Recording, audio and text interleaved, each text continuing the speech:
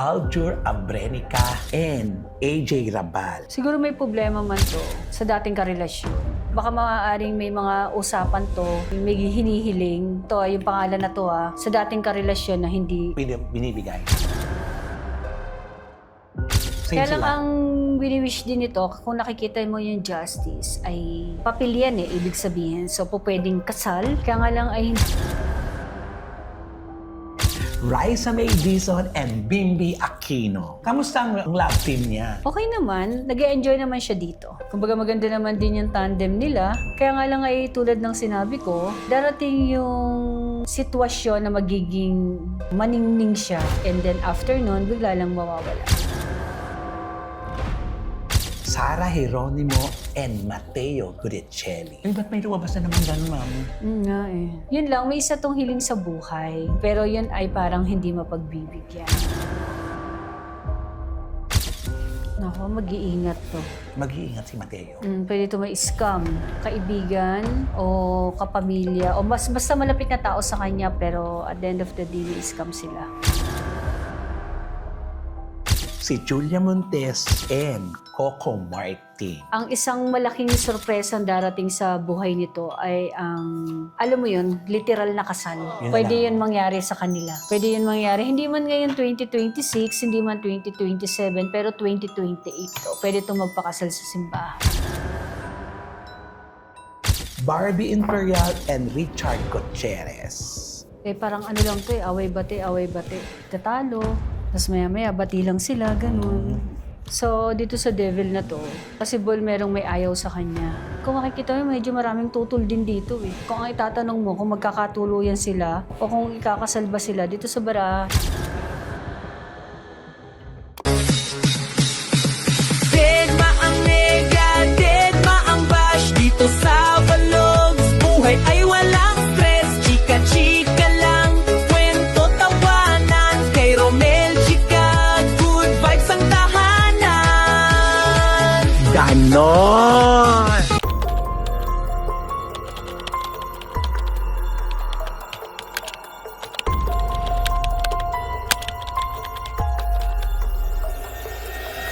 Aljur Abrenica and AJ Rabal. Okay, Aljur Abrenica tayo. March 24, 1990. Masaya to. Actually, sa ngayon, wala naman siyang wala siyang problema. Oo, masaya tong tao na to. Siguro may problema man to sa dating karelasyon. Kasi lumabas sa cards Na ano? Baka maaaring may mga usapan to o maaaring may hinihiling to yung pangalan na to sa dating karelasyon na hindi Binibigay. Hindi Oo. pa ginagrant. pinagbibigyan. Ano kaya ito? Pera Pera? yung sangkot Kasal ba to?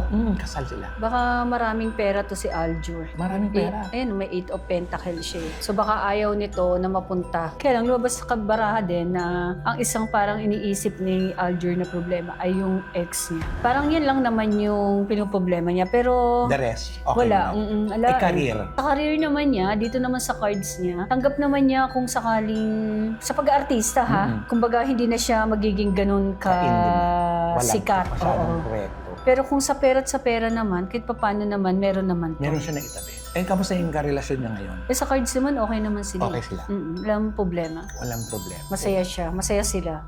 Actually, masaya siya. Sa sitwasyon niya Sa ngayon. sitwasyon niya ngayon. Bali, ito nga lang yung problema. Yung ex lang, yung past niya lang, Oo. na inaayos niya. Sana maayos na rin to. Kasi nakikita naman natin to kang co-parenting naman sila, di ba? Sana maging maayos. Maayos. Yan yung kay Aljur Abrenica. Pumunta naman tayo dun sa karelasyon niya. Kay AJ Rabal. Elizabeth Buensuceso Rabal. September 3, 2000. Same sila. Same Kaya lang sila. ang wini-wish din ito, kung nakikita mo yung justice, ay papel yan ibig sabihin. So, pwedeng kasal. Kaya nga lang ay hindi mag-grant. Ayun, ang malaki nilang problema. Pero ganun pa man, sa sitwasyon kasi nila ngayon, okay naman na siya. Masaya sila. Masaya naman siya. So, tapos na yung kabanata nila na tago-tago, tapos na yung mga pagsisinungaling, Okay. yung diretsahang salita. Okay na sila ngayon. Kontento na siya sa buhay niya ngayon. Kontento na sila mag-asawa na sila. Ganun. Siya mismo, sa cards niya, kontento na siya sa Kaya lang buhay niya kasal ngayon. lang, hinahanap Ito ng lang babae. yung justice. Hinahanap. Naghihintay. Kaya lang hindi Makukuha nga kaya yan? mabibigay. Hindi pa mabibigay. Hindi Kasi nakabaliktad justice. Kahit kailan? Magiging Magiging depende to sa sitwasyon. Pag nakahanap ng tamang lalaki yung babae. So, depende pa. Pero kung sa ngayon, hindi. Hindi pa. Sa ngayon, hindi pa may ibibigay ang hinihiling nilang okay. Pero pasasaan din, di ba? Darating at darating, lalo na sinabi mo, kung makakahanap Ito, na King of ng Wands. tamang lalaki, Yung babae. yung babae, pwede. O, So yun. sa ngayon, ito si AJ, masaya siya sa buhay niya, kontento, komportable. So, Buntis ba siya ngayon, ma'am? Oo, sa Baraha. Buntis si AJ Rabal sa Baraha. Abangan natin po ito. Eto, kikiligin kayo dito. Raisa May Dizon and Bimbi Aquino. Punta muna tayo kay Raisa. June 12, 2005. Sa cards naman niya ay siya naman ay maayos. Itong bata na to maraming pangarap. Masasabi ko, hindi man niya makuha lahat. Darating yung araw na tatanda siya na hindi siya maghihirap. Wow, ang galing, Ganun. Raisa. Okay rin yun. Kasi lahat naman talaga wala namang makuha lahat. Oo. Lahat ang gusto mo. Ng lahat ng Pero gusto niya. kung yung komportable ka. ka, Yan ang possible na mangyari sa kanya. Sa career niya, medyo mag-spark pa to sa mga susunod na buwan o taon. Siguro dito siya makakapag-ipon ng medyo marami.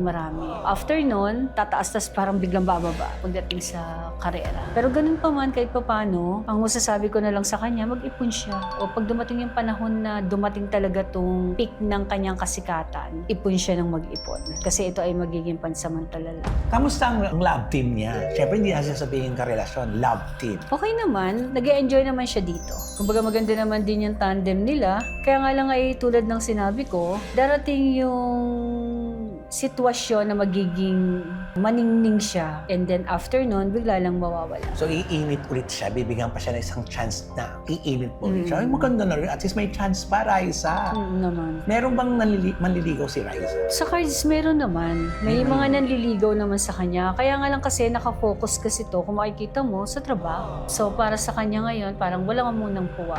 So, walang karelasyon si Raisa. May. Okay, next. Doon naman tayo pumunta sa kalab team niya na si Bimbi Aquino. Ayan, James Carlos Aquino Yap Jr. April 19, 2007. Ang kanyang singing career. Parang hindi din kasi ito yung kanyang path, yung pag-aartista o kung ano pa man. Hindi eh. Hindi ito. Kung ang tanong mo kung sisikat siya, negative eh. Hindi.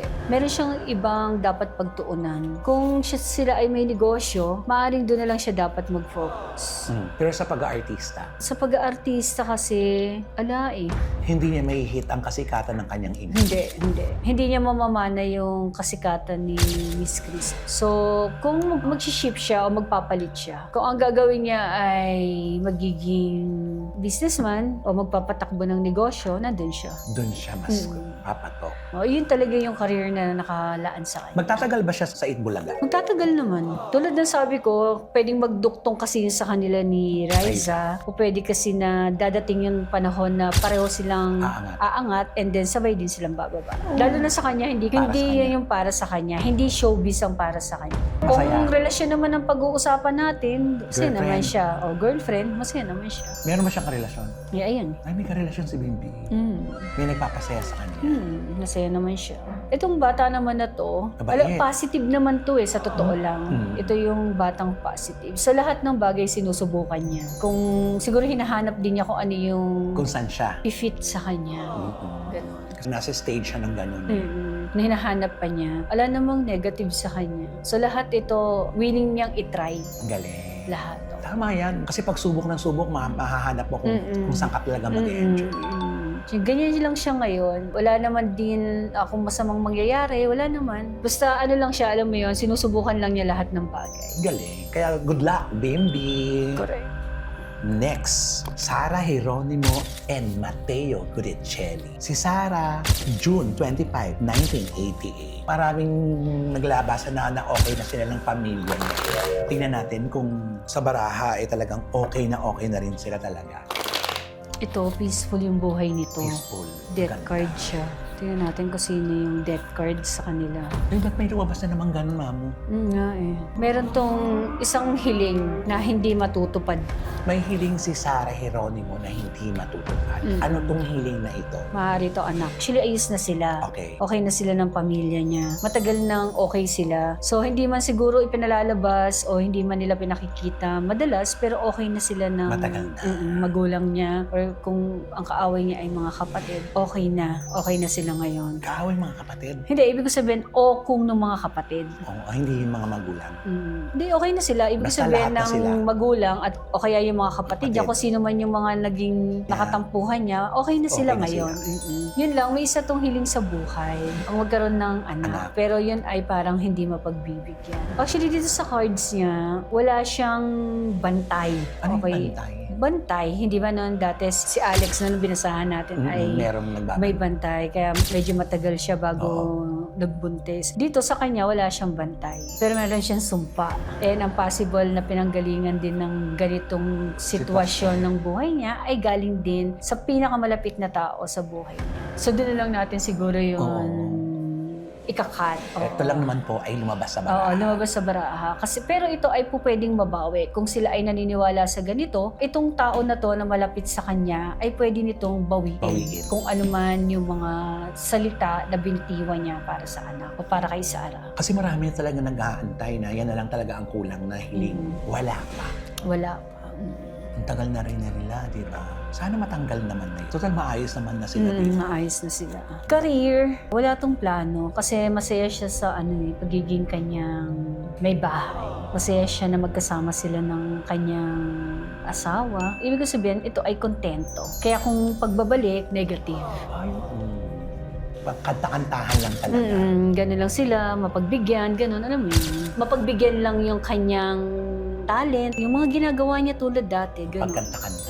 Sa bagay doon, yun naman talaga ang first love niya, pagkanta. Nakakalungkot lang yung meron siyang hiling na hindi kukuha. Sa ngayon, pero malay naman. Malay natin. Tingnan natin. Tingnan natin. Okay, next. After Sarah, syempre, hindi mawawala ang kanyang husband na si Mateo Guerricelli. March 26, 1990. Naku, mag-iingat to. Mag-iingat si Mateo. Pwede to may scam. Naku, sa lahat po na nakakapanood, sana po maparating natin ito ay Mateo. Pwede Kasi itong kaibigan o kapamilya o basta malapit na tao sa kanya pwedeng manghiram o sabihin natin pwede siyang offeran ng investment pero at the end of the day may scam sila. Kaya ingat to sa pagpapahiram ng pera. Ngayon, sa buhay kung may asawa, Oo. masasabi ko na masaya to. asawa, dito si Sarah. Kontento. At saka kung ito ay may ibang trabaho ba? Trabaho, negosyo, okay naman. Kahit papano naman, alam mo yun, magiging successful naman siya. Ito lang, ang magiging problema. Siya naman din ay naghihintay din ng, alam mo yun, anak. Kaya lang sa kanya dito sa cards niya, parang ang katwiran niya kung ibibigay. Ibibigay. Ay, handa. Handa Oo. siya sa mga sitwasyon. Kung hindi, Okay lang din. masaya siya sa Sitwasyon nila. pagsasama nilang dalawa. Yan ang importante sa kanya. Okay na ba siya sa pamilya ni Sarah? Okay naman, ayun eh. Okay Okay na na. siya. O, si Sarah, nanay ni Sarah, bati na sila. Bati na pala. Nakabaliktad na yung Knight of Swords eh. Magandang balita. Okay na sila. Okay na sila. Yun yung pinaka-importante. Kasi marami nag-iisip kasi na bakit parang wala si Mateo sa pag nagsasama-sama yung si Sarah at sa kanyang mga magulang. Pero okay na pala sila. Career, okay din. O career, okay siya. O, mas magiging successful to. Ibig ko nga sabihin, kung meron nga siyang sariling negosyo o kung meron pa tong ibang pinagkakaabalahan, magiging successful siya doon. Pag-aartista, negative. Negative na. Ayan. Parating niyo po sa mga tagahanga po ni Sarah at saka ni Mateo para eto na may gabay lang naman po ito para mapaghandaan, maiwasan, para po sa ikabubuti naman po ng lahat po ito. Next, si Julia Montes and Coco Marti. Punta muna tayo kay Julia Montes. March 19, 1995. So, ito din yung dalawang artistang hinulaan natin. Oo. Na tama tayo. Correct. Kamusta si Julia Montes? Actually, ito naman, okay naman siya. I think mas masaya sila ngayon kasi, alam mo yun, Out na. nakalabas na sila. Oo, out na ang relasyon. Wala silang dapat ipaliwanag. Oo, wala. At saka hindi, dito sa cards niya, wala na siyang hihilingin. Siguro, ang isang malaking sorpresa darating sa buhay nito ay ang, alam mo yun, literal na kasal. Yun na Pwede lang. yun mangyari sa kanila. Wow, ang ganda ng barahan mo, Julia Montes. Pwede yun mangyari. Hindi man ngayon 2026, hindi man 2027, pero 2028 to. Pwede itong magpakasal sa simbahan. Ayan ang kasal, Coco Martin and Julia Montes sa 2028 magaganap. Yan ang basa ni Mamu sa kanyang baraha. Kontento na to sa Kalagayan buhay nila, no? niya. Okay, actually, wala na siyang Pangamba, hinihiling eh. Pwede din itong magkaroon ng anak pa, lalaki. magkakaroon pa siya ng anak na lalaki. Kasi syempre wala naman tayong alam. Wala kasi pang sinasabi sa kanila. Pero dito, magkakaroon pa daw ng anak na lalaki. Wow. Walang problema. Wala. Malinis. Wala. Klaro. Klaro eh, oo. Galing. Ang ganda ng barahan ni Julia. Maganda yung cards niya. Tapos yun nga, yung kasal. Yun ang pinakamagandang mangyayari sa buhay Sa nila. buhay niya, nila. Abangan natin yan. Correct. Next, Direk Coco Martin. November 1, 1981. Siguro naman, busog na kayo dito. Ano pang iniisip ng mga love team na wala dito? Kasi matagal tayong di nagpahula kay Mamo. Kaya Correct. ito, naku, sunod-sunod po ito. Ito pagod. Pero kailangan niyang alagaan kalusugan niya. Dapat meron din tong pahinga. Kung sa kaperahan naman, marami tong pera. Sobra. Maswerte. Marami pa tong pangarap sa buhay na pwede pa niyang Maabot. maabot. Once na ito ay kanya ng maabot o kanya ng parang timeline Oo. sa buhay niya, once na ito ay kanya ng makuha, ito ay mananahimik na kasama ng pamilya kung sakali. Ang ganda naman ng plano. Ganun yung parang plano niya. Sa bagay, yun naman ang pinakamaganda, diba? Pag nakuha mo na ang lahat ng plano mo, ano pa ba? This personal na buhay naman. Correct. Para ma-enjoy mo na yung Ma-enjoy. pinaghirapan mo. Health lang ang kailangan niyang pagtuunan ng pansin. Yun lang. The rest wala naman. Maganda ang barahan niya. Magiging successful pa siya. Tapos lumabas din sa kanya yung kasal na sinasabi ko. So isang araw siguro di na tayo magugulat pag nag-propose to. Yun na. Abangan natin yan. Ang ganda. Julia and Coco Martin, napaka-positibo ng inyong baraha. Good luck. Ito ang masasabi. Di ba, Mamu? Maganda yung cards nila. Next, Barbie Imperial and Richard Gutierrez. Si Barbara. Si Barbie, August 1, 1998. Kung ano na ang kaganapan sa kanilang relasyon. Parang ano lang to away-bate, away-bate. Parang ganun yung relasyon nila. Sa cards. Tatalo. Tapos maya-maya, bati lang sila, ganun. So, dito sa devil na to, possible merong may ayaw sa kanya. Kung relasyon ang pag-uusapan natin, kung ang itatanong mo kung magkakatuluyan sila o kung ikakasal ba sila, dito sa baraha, hindi. Hindi din sila magkakatuluyan. Bakit? Kasi meron, kung makikita mo, medyo maraming tutol din dito eh. Alam mo yung pinaplastic lang siya. Yung parang gano'n. Yung kunwari, okay, Okay. pag magkaharap, pero pag magkatalikod, wala, hindi. Yun ang relasyon nila. Hindi sila magkakatuluyan sa huli. Nakakalungkot naman. So, siguro kung tatanungin mo kung tatagal pa sila, pwede naman. Tumagal sila. Pero...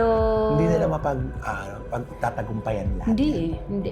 May iwan din siya, isang araw wala. Hindi din sila magkakatuluyan. Ayun.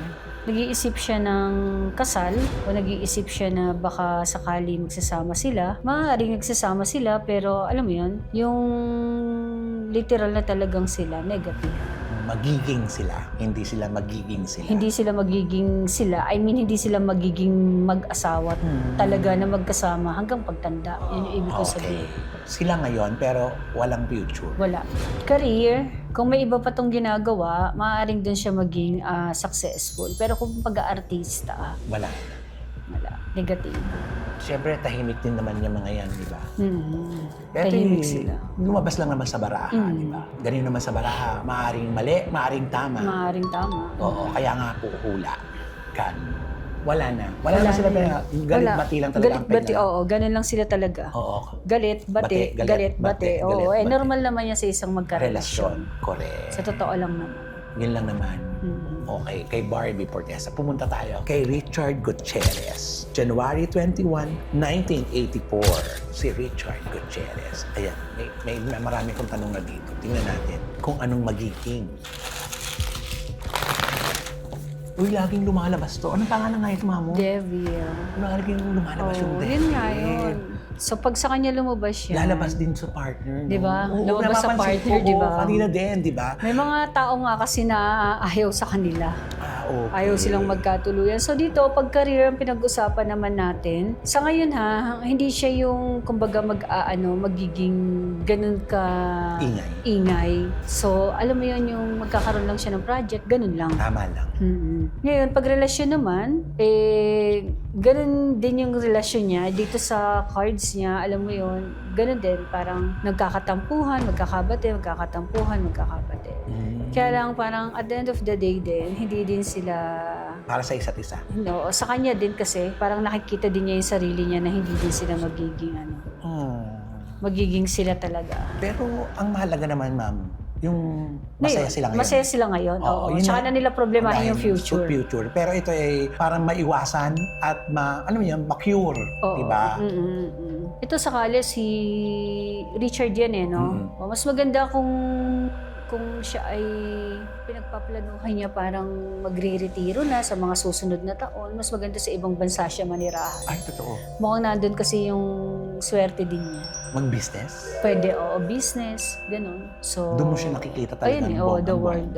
Doon siya magkakaroon ng pera Mayaman, sa lugar na yun. Maraming pera. Ganun yung kasunod nung path niya ngayon. Ibig sabihin sa pagtatapos niya o sa pagre-retiro niya sa pag-aartista. Pero masyado pang maaga kung magre-retire siya. Actually, ito naman ay future kung sakali. Oo.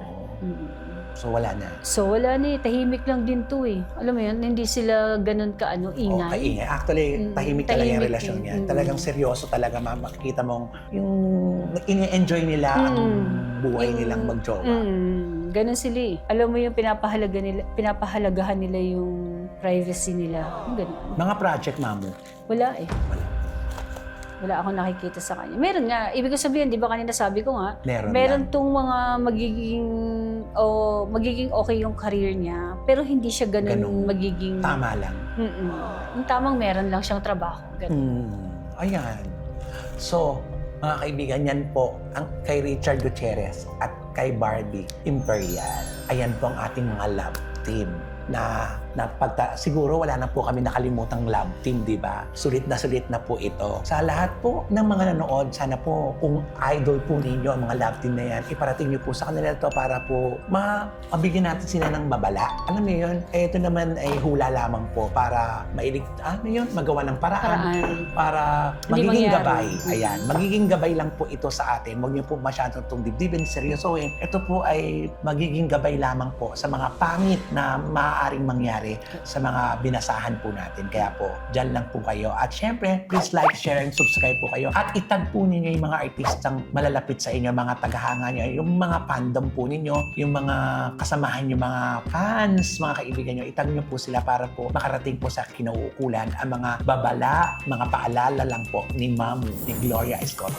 ating prophetic witch. So with that, mga kachika, sana po nag-enjoy po kayo. Paalala lamang po na ito po ay hula lamang po. Maaaring magkatotoo, maaaring hindi po magkatotoo. Kaya for entertainment lang po itong ginagawa natin. Di ba, Mamu? Yes. Yes, Mamu. Maraming salamat, Mamu. Thank you. Thank you very much. Kaya po, sa lahat po ng gustong magpabasa kay Mamu, nandito po ang kanyang social media accounts na sinasagot niya po ang lahat-lahat ng gustong magpabasa, magpa-cleansing, magpa-tarot read. Yan. Lahat po ginagawa po yan ni Mamu. Mamu, maraming po salamat. you. Hanggang sa muli sa hanggang mga kaibigan, Dead Bang Nega, Dead Bang Bash, dahil ang buhay ay chika-chika lang. Ganon!